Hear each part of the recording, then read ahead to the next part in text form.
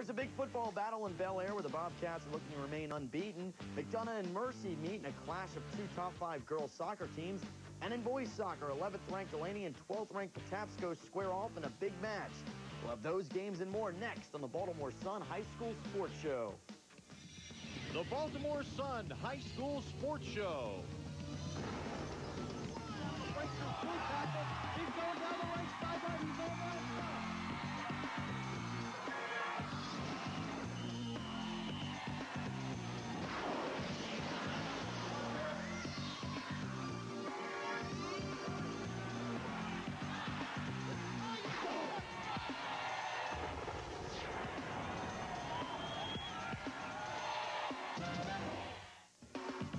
Today's show is brought to you by Dick's Sporting Goods, Papa John's, and the Baltimore area Toyota dealers. Hi, and welcome to the Baltimore Sun High School Sports Show. I'm Jerry Bembry, sports writer with the Sun. We start today's show at Bel Air High School, where the football team hasn't played a playoff game in 15 years. Bel Air opened this season with 5 wins, earning a number 4 ranking in last week's Baltimore Sun poll. But that was in jeopardy on Friday against 5-time defending Harford County champion Aberdeen. Bel Air and Aberdeen is the Dick's Sporting Goods big game of the week. But before we go to Brian Sinkoff at the game, let's look at our classroom stars. First, for Aberdeen, we salute Brian Mortis, who sports a perfect 4.0 grade point average, and 12th grader Adam Rafalski of Bel Air, who's earned a 3.5 GPA. Now to 4th-ranked Bel Air and 8th-ranked Aberdeen, the Dick's Sporting Goods big game of the week.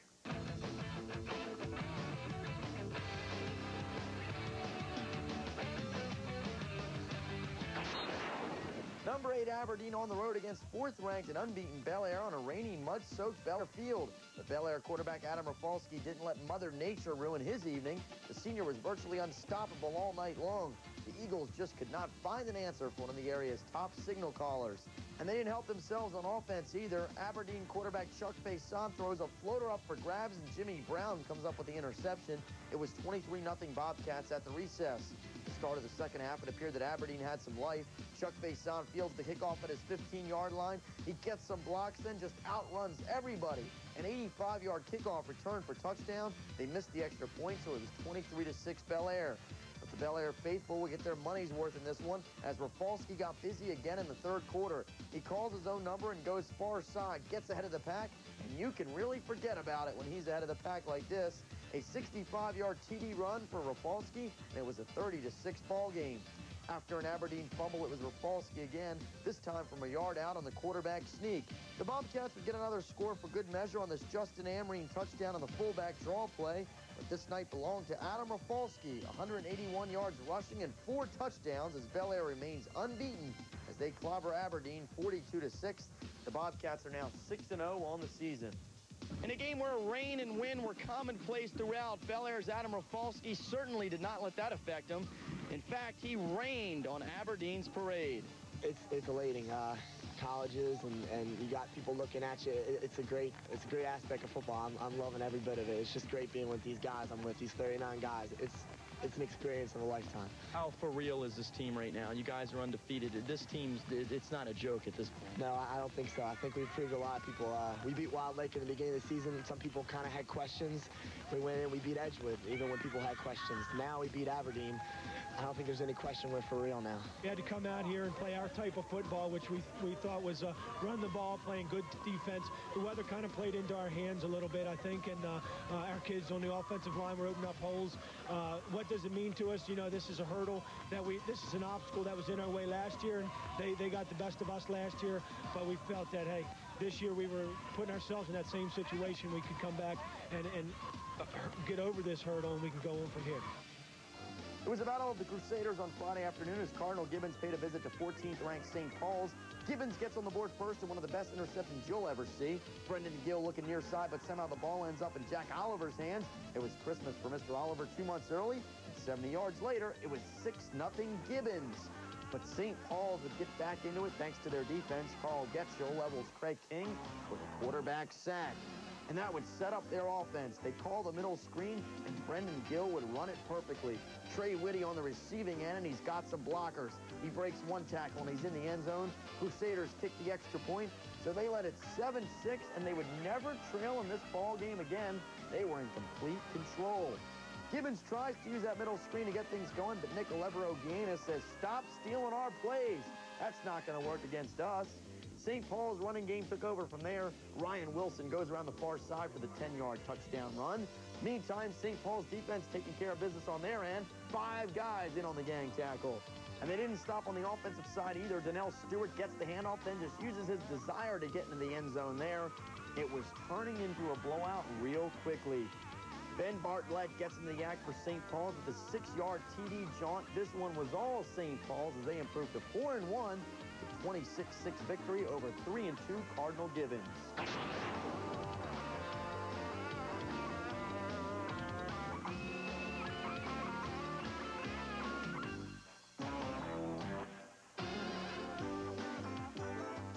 When we come back, we'll have highlights from games featuring a few of the best boys and girls soccer teams. That's next on the Baltimore Sun High School Sports Show.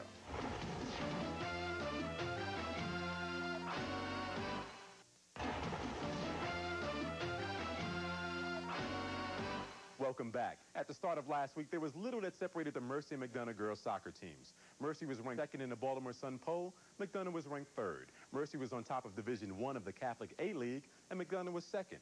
Well, Mercy and McDonough faced off last Monday. We have those highlights, as well as highlights from Wednesday's boys soccer game, featuring 11th-ranked Delaney and 12th-ranked Patapsco.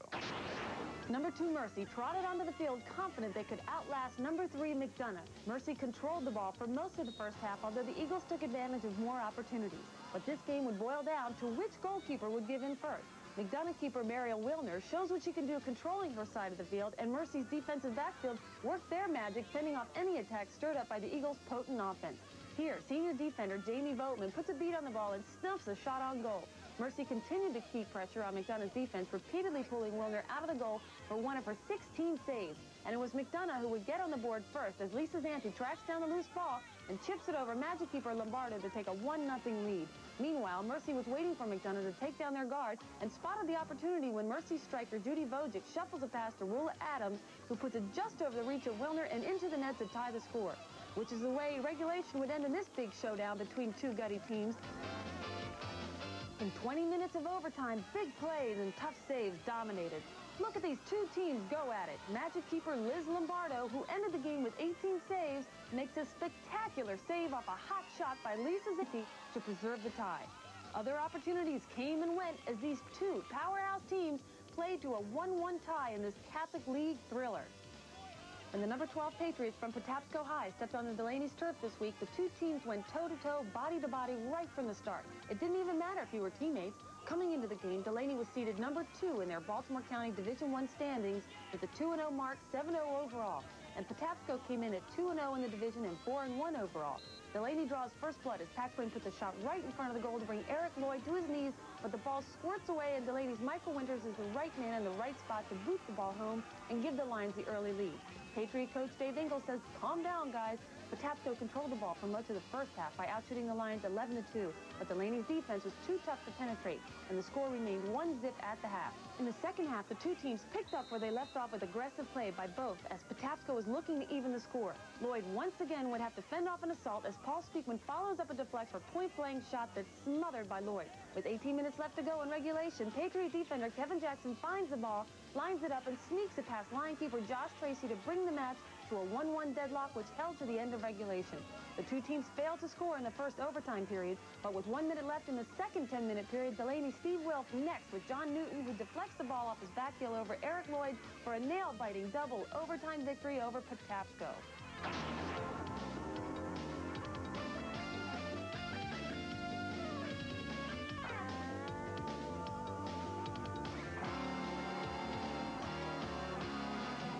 You know, getting your first head coaching job can be quite intimidating. But at Oakland Mills High School, whenever Phil Lang has a question as a new boys cross-country coach, he can shout across the field to his wife, Vicky. You see, Vicky's in her first year as girls cross-country coach at the school. Let's meet Phil and Vicky Lang, the Toyota Coaches of the Week. This is our first year as head coaches, and we love it. We love being with the kids. We love running, so it's especially a dream come true for my husband because it's his alumni high school. And, you know, the kids are great. The season's been very good so far, and we've been running all of our lives, and we enjoy it. After 3 years as assistant coaches, Vicki and Phil Lang are making significant strides as head coaches for the Oakland Mills cross-country teams and looking to build on past successes. The last 3 years, we've had a girls team finish second at the state meet and a boys team finish second at the state meet. And we've coached 2 individual regional champions, and we hope there's more of that kind of success in our future. Phil was on the state championship team in 1984 that started many consecutive state championships after that, and it's nice for him to be able to bring that back to the kids and the tradition that stands here at Oakland Mills with cross country, and they see his names in the record book, and I think the kids enjoy that. I believe Vicki and I both have the same goal, and that's to teach the kids that running is a sport for life, and that winning is a possibility, and you can always work harder and never be satisfied, and success is in the future for you. Congratulations, Phil and Vicki. Now here's a look at some of the area's best student athletes.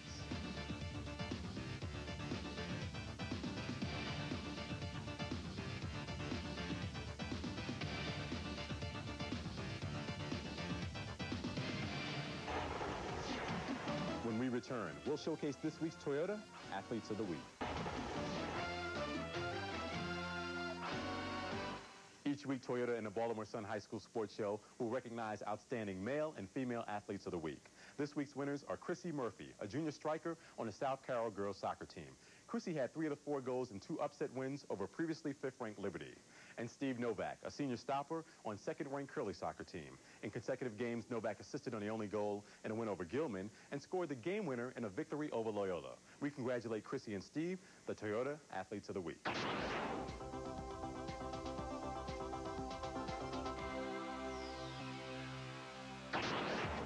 Communication and getting along with my other teammates counts a lot. It's a big part of the game. Junior Chrissy Murphy has been the talk of her teammates and others this past week after her stellar performances against number 5 Liberty. A dream week for a dream player. I consider her a dream player in that she brings a tremendous attitude to the team. She brings a lot of good skills to the field. She definitely has a tremendous heart and loves playing. We've got a lot of leaders out there. I think we're all pretty good. We're all like equal and pretty good. Like we play well together and it's all like mesh well, I guess. And if Chrissy has her way, the team will continue to mesh and achieve one common goal. Hopefully go all the way. You know, we're looking pretty good so far, so we can keep it up. And for lifting up her team and mates in 2 key wins over a tough Liberty squad, we congratulate Chrissy, our Toyota Female Prep Athlete of the Week. I'm more of like a game type player. I play off pretty much adrenaline. I like to play rough and physical. I like playing defense because it's more of my style. Like I like a challenge with people coming at me and things like that. But lately it's been Steve Novak going at the other team, which can be said about the entire curly team. The Friars are 10-0 and have not allowed a goal all season. Steve has been a major factor in this unbelievable run. I can't put into words how important he is to this team. I mean, he's a leader by example. He's physically tough. He's emotionally tough. And, you know, the other starters on the team want to play hard because they don't want to let him down. And, you know, that's a coach's dream to have a player like Steve.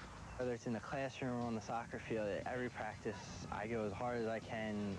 I go in hard to every ball, even if it's my own teammates. I mean, I'm just a very intense player.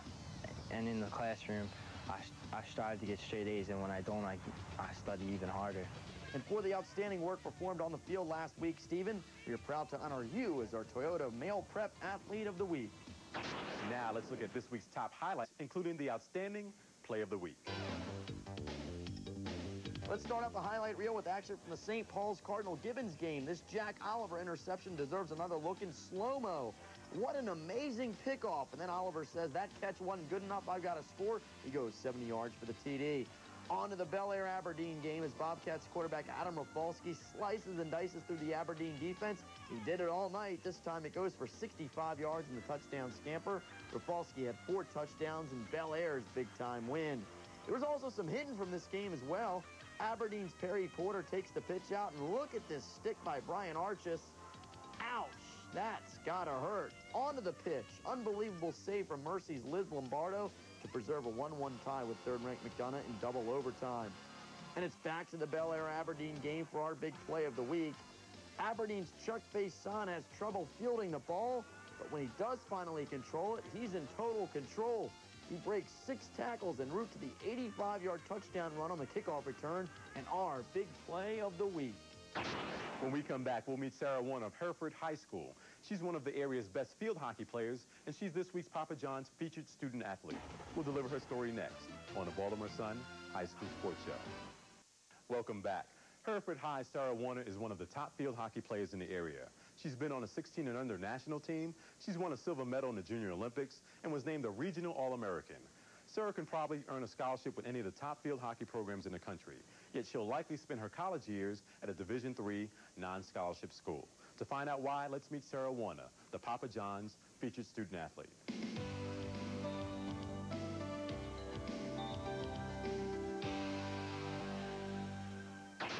My biggest fear was always an ego. That's not what I want, because I've known so many people that have become very successful playing different sports, not only field hockey, but different sports. And I know how people talk about them. And I'm not that type of person generally. I'm a happy person, and I get along with mostly everybody. I never hold grudges on anybody. So, I don't want the ego that comes with that. I don't want that territory at all.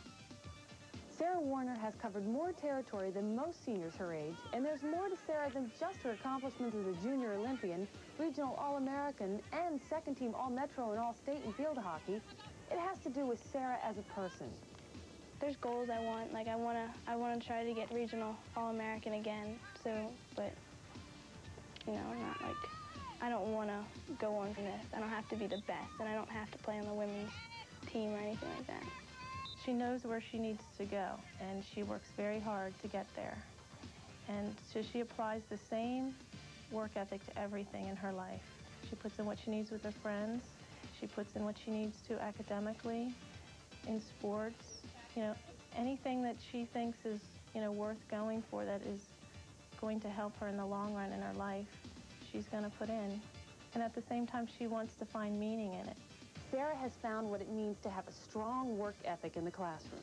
She's carved a near-perfect GPA with a 3.9 most of her high school career, a feat she's very proud of. I've achieved every goal I've wanted as far as school is concerned.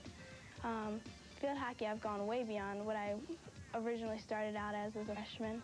Varsity was, I thought, as far as I was going, a captain. So I've definitely gone beyond that. Sarah Warner has all the talent to play for a Division I school. In fact, she's one of the highest recruits in the area.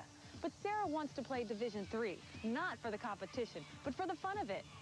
My coach for the Junior Olympics and stuff like that have said, Sarah, you should, you're at this level. You can play much higher if you practice every day, and that's not what I want to do. Last summer, after I played through nationals and Junior Olympics and stuff like that, I had, just family and friends just became so important to me because I didn't see them all summer, because I was always playing hockey. And so I was missing that. And I was missing my best friends. And when I got together with them after I came back from the Junior Olympics, I realized how much more my family and my friends mean to me than really anything else. By the way, when Sarah made the 16 and under national team in 1997, she did so while trying out with a broken wrist. Well, that's all we have time for today. Thanks for watching the Baltimore Sun High School Sports Show. We'll be back next week. And don't forget to read the Sun each day for the latest prep scores and features. I'm Jerry Bembry, sports writer with the Sun. Until next Sunday, have a great school week ahead. Our athlete awards are courtesy of Larry Beck, the Trophy King.